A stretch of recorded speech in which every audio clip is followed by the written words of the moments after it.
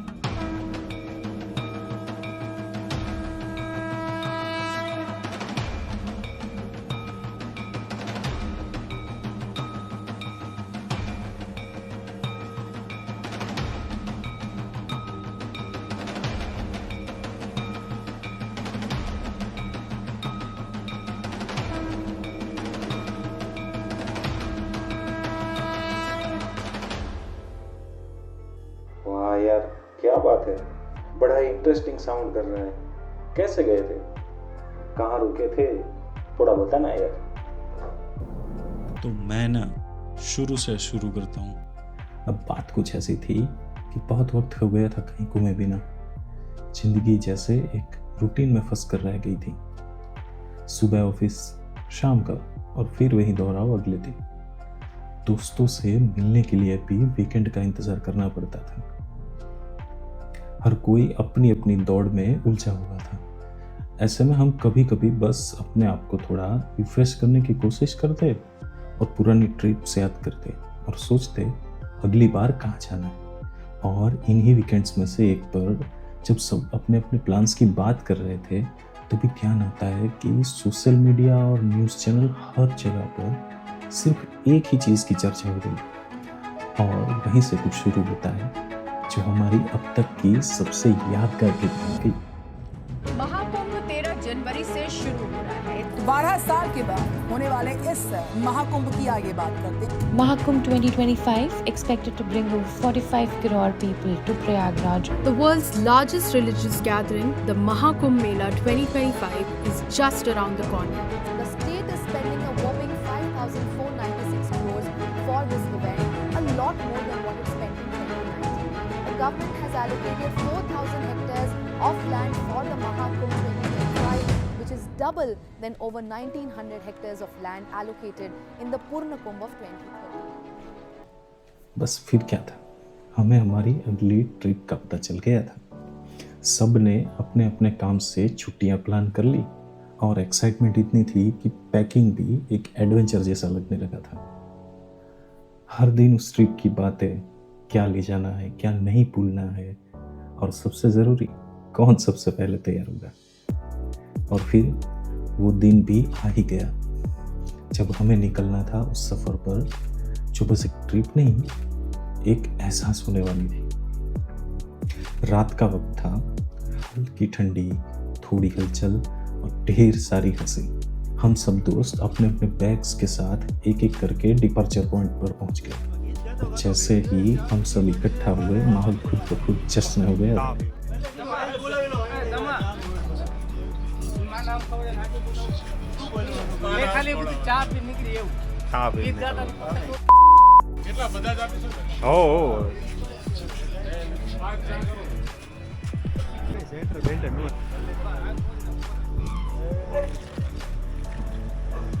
चलो चलो, okay okay okay okay.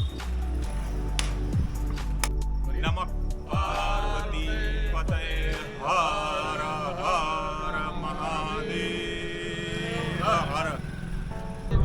જો અમદાવાદ ઉદયપુર ચિત્તોડગઢ હા એ જ બરાબર શિવપુરી થઈને શિવપુરી કોટા ઝાંસી अब रास्ता हमारा पहले से ही तय था।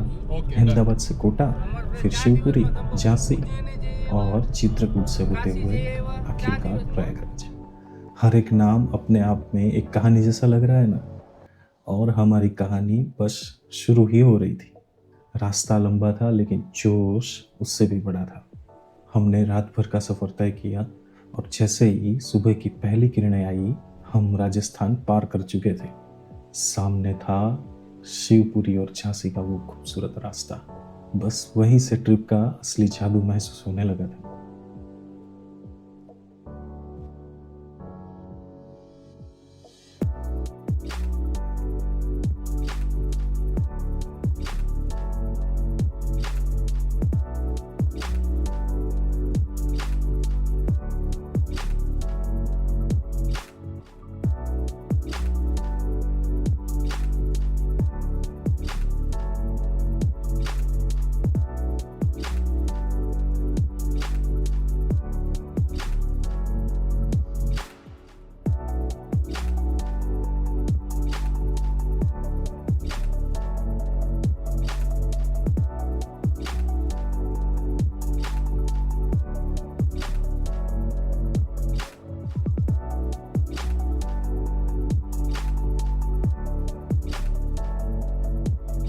रास्ते में भीड़ ज़्यादा थी तो चित्रकूट पहुँचते पहुँचते हमें रात हो गई। और जब देखा कि यहाँ से प्रयागराज ऑलमोस्ट 100-120 किलोमीटर दूर है तो सबने मिलकर फैसला लिया कि चलो सीधा संगम ही निकलते हैं, वक्त भी बचेगा और शायद अमृत स्नान का मौका भी मिल जाए। तो हम लोग सुबह से ड्राइव करते हुए चारों दोस्त पहुंच गए प्रयागराज के बहुत ही नज़दीक। हम लोग पहुंच चुके हैं चित्रकूट के आसपास एक रेस्टोरेंट है रात को खाना खाने के लिए, वहाँ पर Chauhan dhaba and family restaurant. तो हम लोगों ने यहाँ पर बहुत ही अच्छे से खाना खाया और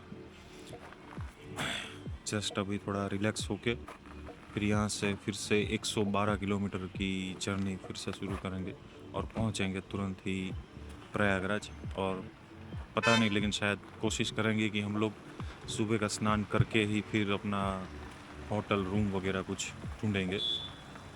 तो अब मिलते हैं डायरेक्ट प्रयागराज में। जैसे ही प्रयागराज के अंदर हम पहुंचे सबके चेहरे पर थकान नहीं, एक अलग ही एनर्जी थी, एक लेवल का एक्साइटमेंट था, क्योंकि अब हम उस जगह पहुंचने वाले थे जहां आस्था, परंपरा और अध्यात्म की लहरें सदियों से बह रही हैं।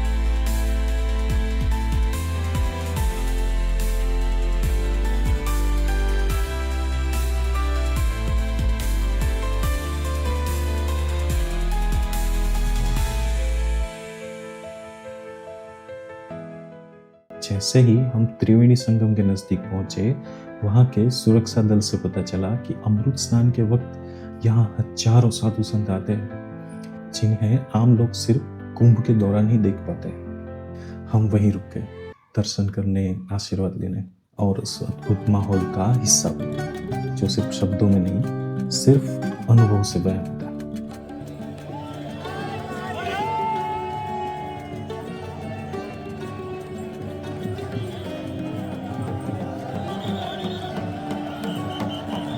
हर हर महादेव।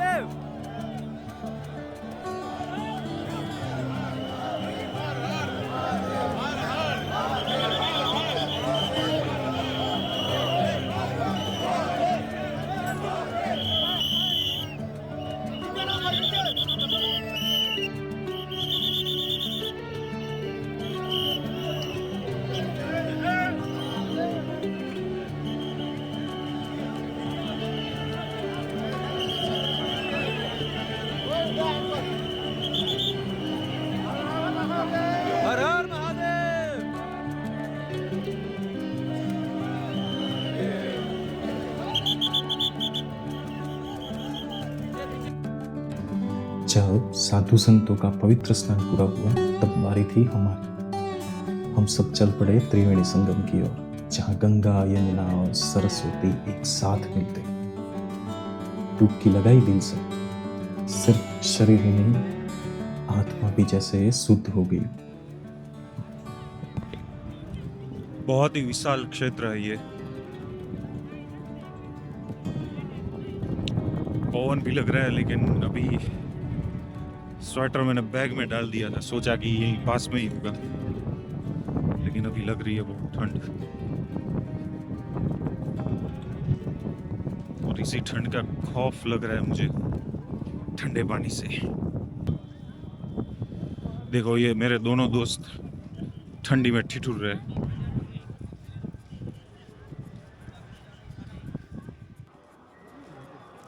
अभी हम सब लोगों ने नहा लिया है और यहाँ पर माहौल बहुत ही ज़्यादा ठंडा था, जैसे कि आप सभी लोग देख ही सकते हैं। बहुत ज़्यादा ठंड लग रही है, इन लोगों की भी हालत खराब हो चुकी है।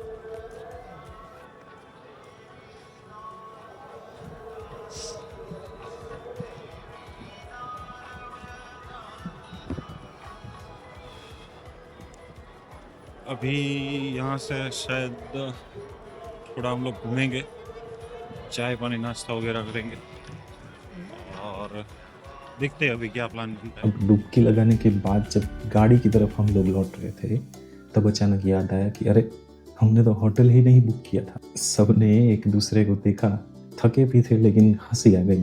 तो बस फैसला हुआ कि आज की रात अपनी कार ही हमारी होटल बनेगी। वो भी एक एक्सपीरियंस था। सुबह हमने गाड़ी को सिटी में पार्क किया और फिर निकल पड़े कुंभ के असली रंग देखने, महसूस करने और जीने।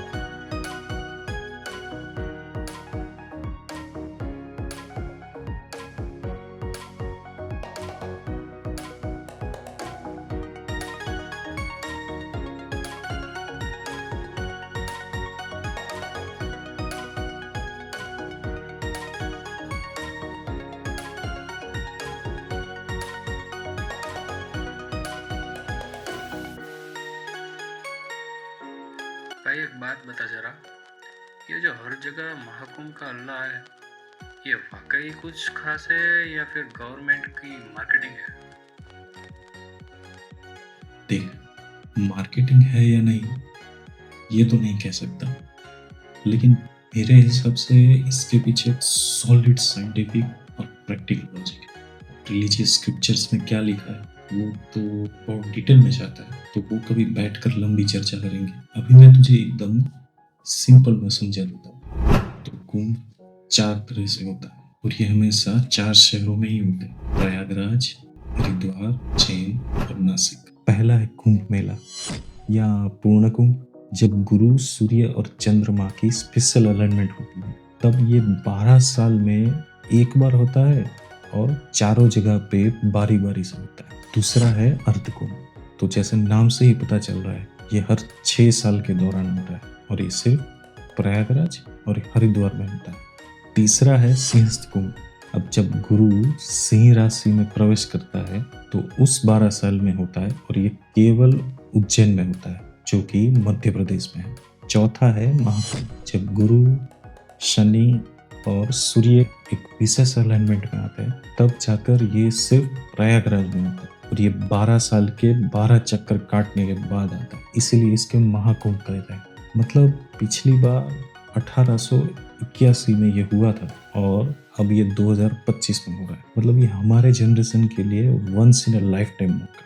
तो हाँ, ये कोई नॉर्मल मेला नहीं है, ये फेथ, साइंस और कॉस्मिक रिदम सबका मेल है।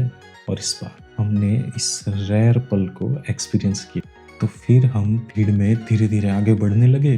वो माहौल, वो एनर्जी जैसे पूरा एक शहर उत्सव बन गया।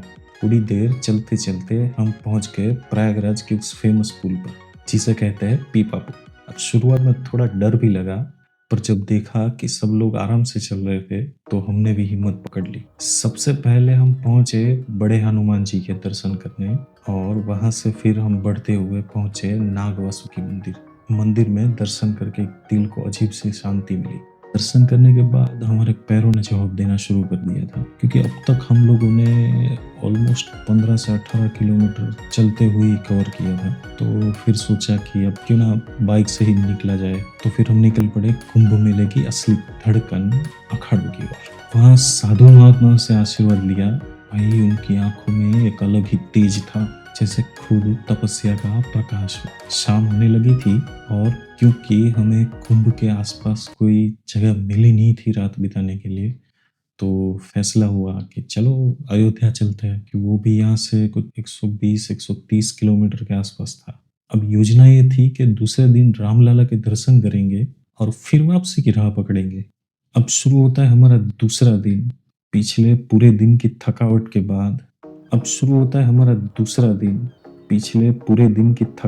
बाद आज हमारा दिन थोड़ा सा स्लो शुरू होता है।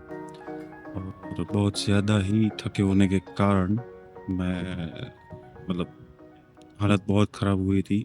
और अभी यहाँ से प्लान है कि एक और होटल जाएंगे। यहाँ पर कुछ जगह अवेलेबल नहीं थी और प्री बुकिंग नहीं था हमारा, तो दूसरी जगह मिली नहीं हमें।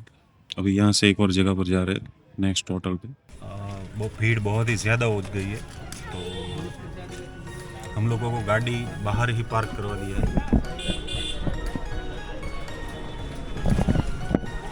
गाड़ी हमारी बाहर ही पार्क है, और अभी हम लोग जा रहे हैं एक इलेक्ट्रिक रिक्शा लेकर होटल की तरफ, और वहाँ से फिर पैदल ही चलेंगे अयोध्या मंदिर की तरफ। अभी वहाँ पर शायद मोबाइल वगैरह भी ले जाने नहीं दे रहा, ऐसा सुना है। अगर ले जाने दे रहे हैं तो निकल जाएगा। जाने दो भैया। होटल से निकले तो दिमाग में था कि अब यहाँ की भीड़ को थोड़ा बहुत मैनेज कर ही लेंगे। और भाई, वहाँ जन सैलाब उमड़ा पड़ा था। मंदिर पहुँचते पहुँचते ही हमारा अच्छा खासा टाइम निकल गया।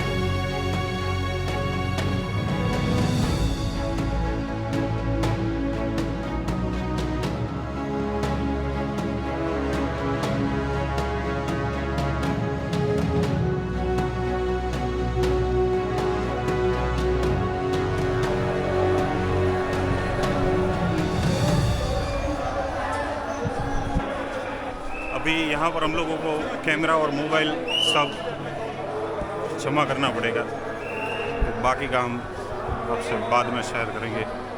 करीब 1.5-2 घंटे लाइन में खड़े रहने के बाद आखिरकार हमें रामलला के दर्शन हुए। वो क्षण शब्दों से परे था। सिर्फ आंखें बंद की और मन राम में विलीन हो गया।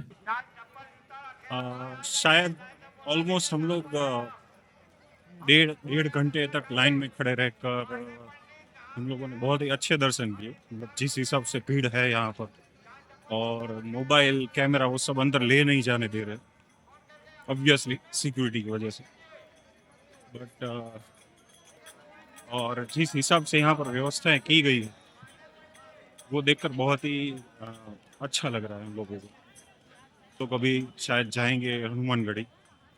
तो मंदिर अप्रोक्सीमेट 11 बजे तक खुला रहेगा, तो अभी कोशिश करेंगे कि हनुमानगढ़ी भी जाए हम लोग। अब बारी थी हनुमानगढ़ी के दर्शन की, लेकिन भीड़ तो जैसे थमने का नाम ही नहीं ले रही थी। धक्के खाते खाते आखिरकार हनुमान जी के भी दरबार तक पहुंच ही गए। हनुमान जी के दर्शन के बाद और वहीं हमारा दूसरा दिन भी खत्म होने को था। बहुत सारी यादें पैक कर ली थी, साथ में कुछ सबक भी और कुछ दुआएं।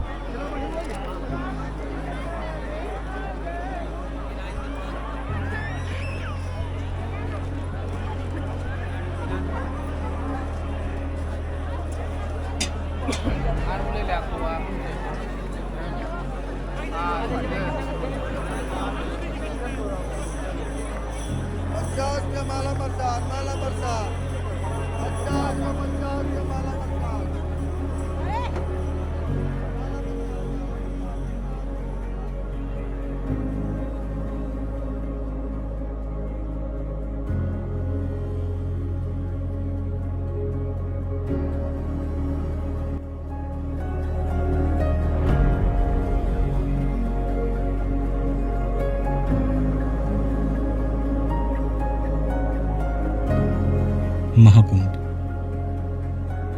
एक ऐसी दिव्य अनुभूति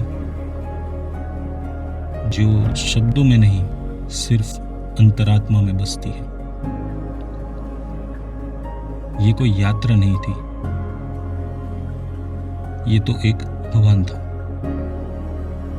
जिसे हमने मन से, श्रद्धा से और पूर्ण आस्था से जिया है। अब कहने को कुछ नहीं बचा, बस पुनः स्मरण है जो जीवन भर स्मृति बनकर साथ चलेगा।